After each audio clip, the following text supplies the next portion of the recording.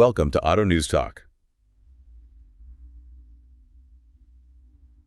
Usually when you think about the automotive industry, you probably picture shiny metal, horsepower, maybe a really slick showroom. Right, the fun stuff. Exactly.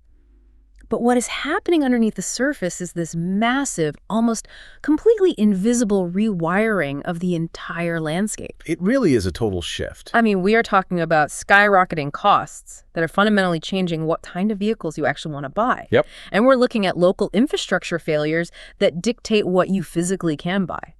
And then hiding right behind your dashboard, there are these intense geopolitical battles over the computer chips and the data routing inside your car. It's wild. So the entire experience of driving is basically shifting beneath our feet. It is. And, to understand what this shift means for you, the consumer, we really have to look at the whole board. So we are going to map this out for you by following the actual journey of a car buyer. The terrain we're walking through, it starts with the basic math in your wallet, and then it moves out to the very real struggles on your local streets. The physical reality of it. Exactly. And from there, it pushes through the front doors of your neighborhood dealership to see how they are surviving all this pressure. And finally, it scales all the way up to the global regulatory stage. Which is where the superpowers get involved. Right, where international superpowers are basically writing the software rules for the vehicle sitting in your driveway. It really is a single massive ecosystem. So let's start with the wallet, because consumer demand is just violently colliding with infrastructure realities. Oh, absolutely. I always say buying an electric vehicle feels a bit like buying an incredible state-of-the-art smartphone, but not knowing if your neighborhood actually has cell service. That is the perfect analogy. You possess this amazing piece of technology, but its utility is completely at the mercy of your zip code. So how are consumers actually calculating that risk when they are faced with fluctuating fuel costs? Well, according to a Cox Automotive survey, higher fuel costs are forcing buyers to completely reevaluate their total cost of ownership. Okay. They're feeling the squeeze at the pump, certainly. But instead of jumping straight into brand new, fully electric vehicles to escape those gas prices, we are seeing a massive pivot toward hybrids and off-lease used EVs. The hybrid shift makes perfect sense mechanically, I think. A hybrid acts as the ultimate safety net. Exactly. It's low risk. Right. You get the higher MPG, which obviously helps the wallet, but you don't have to change your refueling routine. You just go to the gas station like always. Yep. And that surge in the used EV market is something I actually heard discussed on a podcast. It was hosted by Aaron Keating alongside Alex Bland and Stephanie Valdez-Streety. Oh, yeah, that was a great discussion. Yeah, they were dissecting this exact trend and pointed out that there's a growing wave of off-lease EVs hitting the market. And that wave of inventory is crucial to understand. I mean, when someone leases a brand new EV, they usually turn it in after, say, 36 months. Right. So all of those return vehicles are now flooding the secondary market. And that finally gives consumers a much more affordable entry point into electric technology. Which changes the math completely. It does. The upfront affordability of a used EV, combined with the lower operating costs of electricity versus gas, well, it makes the math work for a lot of cautious buyers. So buyers are prioritizing total cost of ownership over having the newest shiny toy. Precisely. And the Cox survey reinforces that demographic and regional differences heavily dictate these choices. People are just highly sensitive to their specific local economic conditions. Which makes sense. So for dealers, the implication here is that they have to relentlessly right-size their inventory. Needing what, exactly? Meaning they need to stock up on hybrids and value-oriented used EVs where local demand supports it, rather than, blindly pushing premium, brand-new electric models that buyers are just hesitant to commit to. I do have to point out a frustrating gap in that Cox data, though. Oh, the methodology. Yeah, exactly. The survey highlights didn't publish their methodology. We don't have the sample size, we don't have the specific question wording, or the numerical regional breakdowns. Right, it's a bit opaque. So while we know demographics are shaping these choices, some of the specific details of who is buying what basically remain a mystery. They do. But another source, the Motability Scheme's EV transition tracker, zooms in on exactly why the momentum for full brand new EVs is stalling out. And it brings the hard numbers to back up your smartphone analogy. Oh, perfect. What do they say? So even though fuel costs make EVs look attractive on paper, and they note that 25% of people in previous surveys see EVs as cheaper to fuel, and 42% are actively considering an EV for their next car.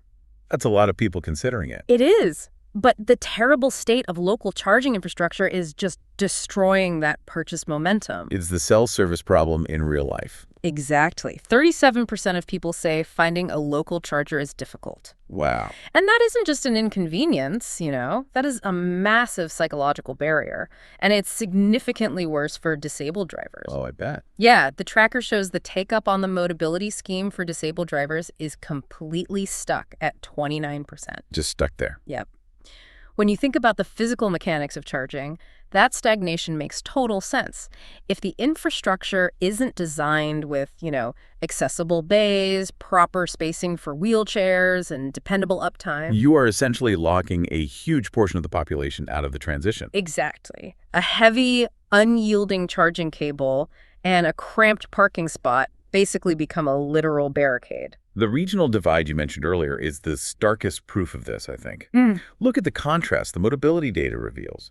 In Greater London, 49% of residents rate their local council's charging performance as good.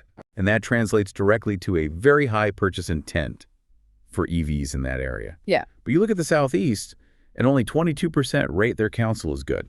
And consequently, purchase intent in the Southeast just plummets. I mean, people in that region are basically looking at their local broken chargers saying, not a chance, and sticking with gas. So the infrastructure is acting like a giant stop sign for sales. It really is. Visible, dependable local council infrastructure is the absolute prerequisite. Widespread EV adoption is mathematically impossible without it. Absolutely.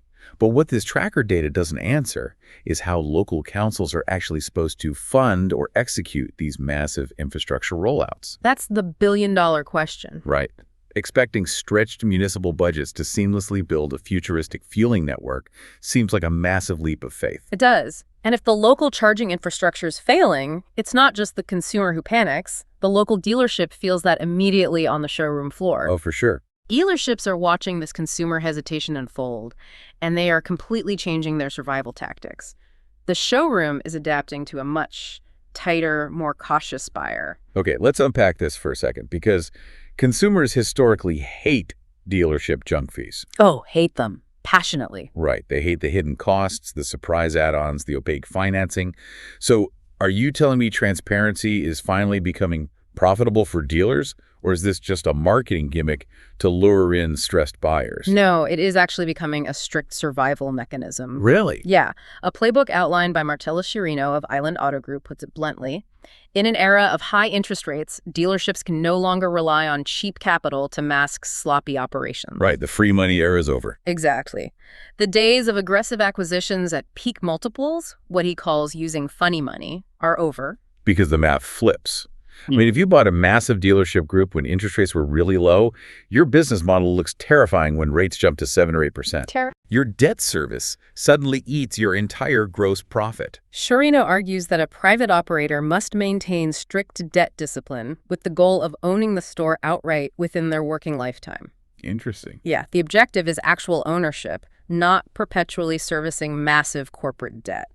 To achieve that, they are focusing intensely on operator quality rather than just the franchise badge on the building. So the manager matters more than the brand. Exactly. A great manager can turn around an underperforming location regardless of the brand on the sign. I was fascinated by how they are fundamentally changing the mechanics of their used car departments to survive this margin compression. Oh, the closed-loop system. Yeah. Island Auto Group built an internal used car loop. They have 6 standalone stores, each moving 30 to 100 units a month, and they rarely send a car to a public auction. And the mechanics of avoiding the auction block are a massive advantage. How so? Well, sending a car to auction involves transportation costs, seller fees, and buyer fees. It adds up fast. By keeping the vehicles in their own closed-loop network, they save thousands of dollars per unit. It is huge. It is. They stabilize their own pricing, and they keep the customer relationships in-house. It is a highly efficient, closed ecosystem. And that specific efficiency allows them to actually tackle the junk fee problem. Exactly. They warn heavily against opaque pricing. They adopted a no-fee, transparent pricing model in their own operations, and they cite massive enforcement outcomes as a warning to the rest of the industry. Oh, the penalties are getting serious. Very serious. They specifically reference things like a $3 million penalty or rumors of a $60 million consumer restitution case in Maryland. Which is just staggering. The regulatory risk of hiding fees is now far outweighing any short-term profit you might make from slipping an extra charge into a contract. So transparency is absolute risk mitigation. Yes. But, the most interesting part of the Island Auto Group playbook isn't on the sales floor at all. It's actually in the service days. Oh. Yeah, they are massively expanding their fixed operations to stabilize their revenue. So the service and parts departments, fixing cars, not just selling them. Exactly. And to attract the absolute best technician talent in a highly competitive market, they are investing in best-in-class tools. Okay. We are talking about installing $150,000 tire machines in their shops. Wait, $150,000 for a tire machine? That sounds like a wild and necessary expense until you understand the mechanism of how technicians are actually paid. Right. You have to look at the flat rate system. Right. Mechanics generally work on a flat rate system. A specific job pays a specific amount of time, regardless of how long it actually takes the mechanic. Exactly. So by investing in that ultra high-end equipment, the dealership creates a process where a 20-minute alignment pays the technician for an hour and a half of billable work. And the throughput just goes through the roof. Win-win. Yeah. The technician makes incredible money because they are compressing time, and the dealership builds a highly profitable, steady revenue stream that isn't dependent on volatile vehicle sales. That is brilliant. It is. Dealerships must focus on ownership over leverage, upgrade their operators, and kill the junk fees to rebuild trust. But I do have to point out explicitly, what this private operator playbook doesn't answer is how the massive, highly leveraged public dealer groups are going to manage this transition. Oh, they are in a tough spot. Very. They have entirely different shareholder pressures and bloated capital structures. Adapting to these tighter, transparent margins without the agility of a private owner is going to be a rough ride for them. It's going to be brutal. And while the local retail environment is consolidating and getting highly disciplined regarding the hardware and the finances, the software and components inside the cars are caught in a massive international tech battle. Which brings us to the geopolitical stuff. A car is no longer just metal and rubber. No, not at all. It is a rolling data center. It has cameras, sensors, navigation, and over-the-air updates that constantly ping servers around the globe. Yep. Because it collects and transmits so much data, the vehicle itself is now subject to intense national security loss. And we see this perfectly illustrated in a report detailing how Volvo navigated U.S. tech rules. Right. The U.S. government is strictly regulating connected vehicles linked to countries of concern, specifically China, out of fear that that rolling data center could be accessed or shut down remotely. Which is a valid fear. It is. However, the report shows that the U.S. will grant case-by-case exemptions if data security thresholds are met. Yeah, Volvo, which is majority owned by the Chinese company Geely, actually secured a specific authorization for the U.S. Department of Commerce to keep importing connected vehicles under the Information and Communications Technology and Services Rule. Which is a huge win for them. It's a massive deal. Yeah. Without it, they were facing a near-total import bar for future model years. Right. It proves that the U.S. will permit imports if a company's corporate governance, software supply chains, and data handling practices are locked down and secure. It sets a precedent. Exactly. Automakers now have a template to seek approvals. They just have to prove their data routing is bulletproof. But the stakes are still incredibly high. Yeah. The report mentions that Car and Driver noted some lawmakers are pursuing a bill to permanently prohibit any Chinese-made car from entering the U.S. Yeah, a total ban. A sweeping statutory ban like that could bypass this nuanced Department of Commerce exemption process entirely. It could. And what remains entirely unknown in the report is the longevity of Volvo's authorization. Oh, true. Like, does this exemption have an expiration date? Does it require periodic compliance checks? Do they just get a stamp of approval forever? Or is the government going to audit their code constantly to ensure no unauthorized data is flowing back to overseas servers? That ongoing compliance burden is going to be incredibly heavy. Very heavy. And to understand why the U.S. is so guarded about that software, another source points directly to China's Ministry of Industry and Information Technology, or MIT. Right. China isn't just reacting to Western rules. They are aggressively moving to write the global technical standards for the entire next generation of automotive technology. Let's explain the mechanism of standards for a second because it dictates everything. Good idea. Think about USB-C chargers for a second. If an entity sets the international standard, for the exact shape and protocol of the plug. Every company in the world have to build their devices to fit it, or they get locked out of the market. Right. China is basically trying to become the USB-C standard setter for the brains of self-driving cars. That's a great way to put it. The report says they are focusing on 3 main pillars to achieve this: AI in automated driving, automotive semiconductors, and battery and charging tech. The holy trinity of EVs.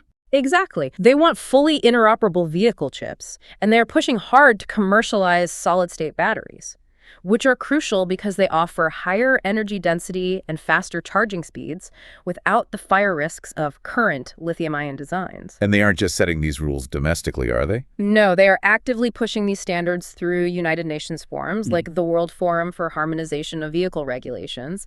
They want to shape the international blueprint before anyone else does. They want the home field advantage globally. Exactly. They are actively developing guidelines for large automotive models and end-to-end AI systems. We should clarify how end-to-end AI differs from what we have now. Go for it. Traditional autonomous systems are modular.